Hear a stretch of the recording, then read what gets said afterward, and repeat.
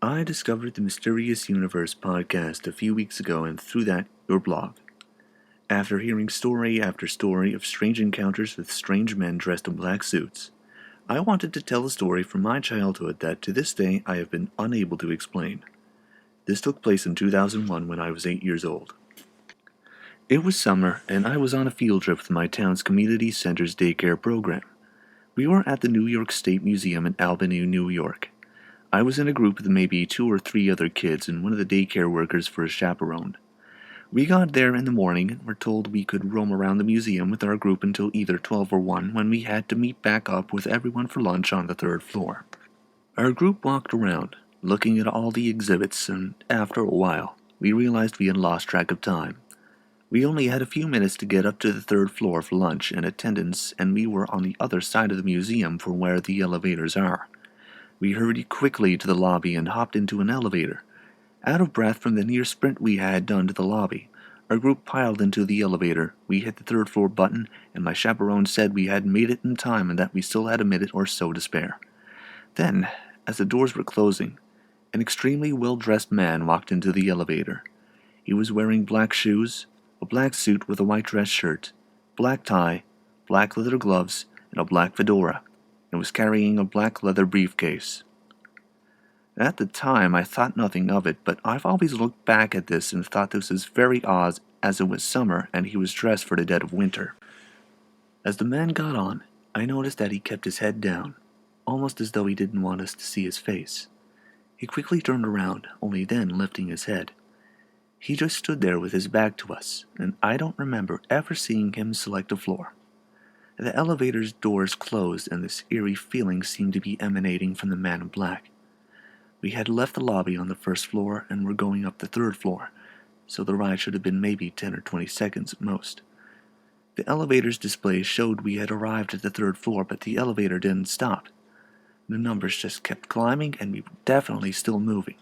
I want to preface this by saying those elevators in the lobby only have access to 4 floors, and to my knowledge the museum only has 4 above-ground floors.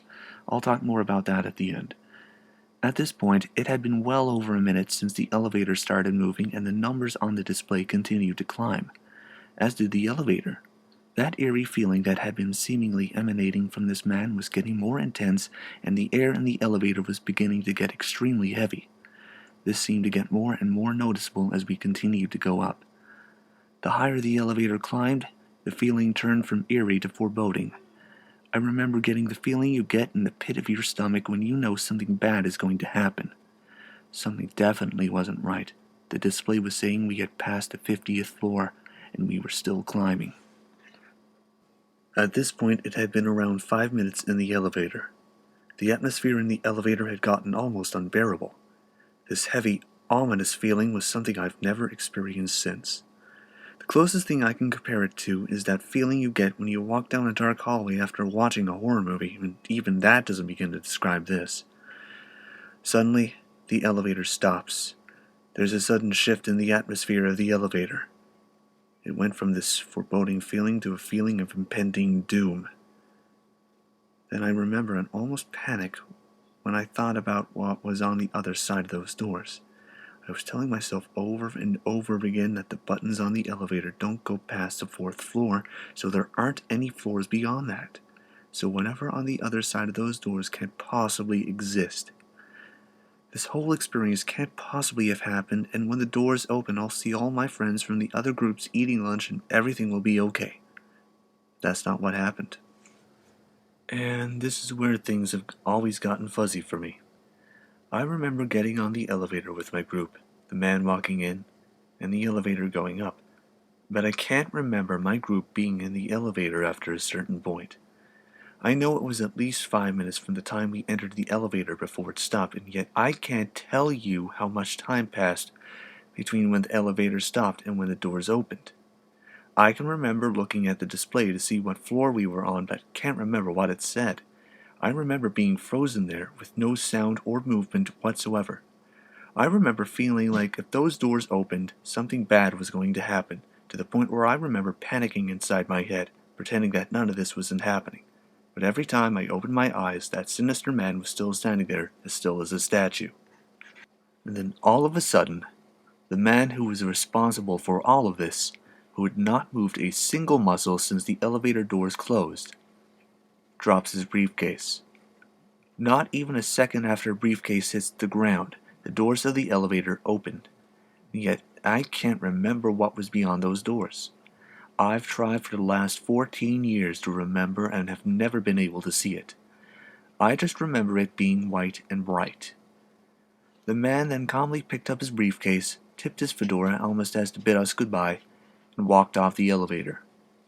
I then remember the doors closing and that ominous feeling being gone, and in an instant we were on the 3rd floor and the doors popped open. Only then do I remember seeing the rest of my group in the elevator. All of them looking as terrified as I did, especially our chaperone. Looking out, I saw the rest of the kids and chaperones from the other groups. We walked out of the elevator and had been expecting to be extremely late for lunch, but we had made it on time, which is impossible because we had initially made it to the elevator a minute or so before lunch started, and that encounter on the elevator had lasted at least 5 or 10 minutes. I remember our chaperone pulling the other adults aside, and I assumed told them what had happened to us on that elevator. I remember sitting at the table with my friends eating a pizza, Lunchable, and the kids from my group and I sharing the story of what had just happened, no one believing us. I remember the chaperone I had avoiding the subject for the rest of the day, and the other kids in my group seemed to have dropped it as well. I remember that I told my mom what had happened, and I've always felt as though she didn't believe me. But before writing this, I wanted to make sure that really did happen since I was so young and it had been well over a decade since this happened, and that it wasn't something my mind made up over the years or maybe just a very vivid dream. So I asked my mom if she remembered me telling her about this, and she said she did. She remembers picking me up from the community center, and the second we got into the car, I had told her all about the man in black and the elevator going up all these floors, and even that he had dropped his briefcase. She said she also remembers me telling her that he had said something to me, though she doesn't remember what, and I don't have any memory of him saying anything. So, there's my story. 14 years later, I still have absolutely no clue who that man was, where the elevator took us, what was beyond the doors when the man walked off, or anything that happened in that elevator. I just know that it happened. I have no idea how long we were in that elevator. It could have been minutes or even hours. But what I do know is that time seems to have been separate from our reality, since no time had actually passed when we got to the 3rd floor.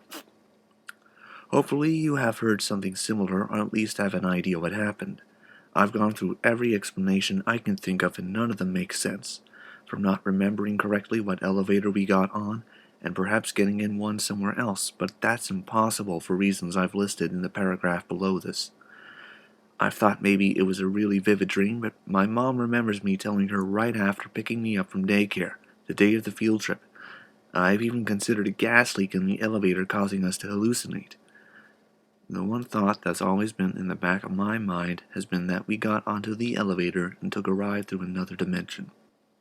Just a little side note, I had a job with a catering company in the Albany area last summer, and one of the most common venues we catered at was the New York State Museum.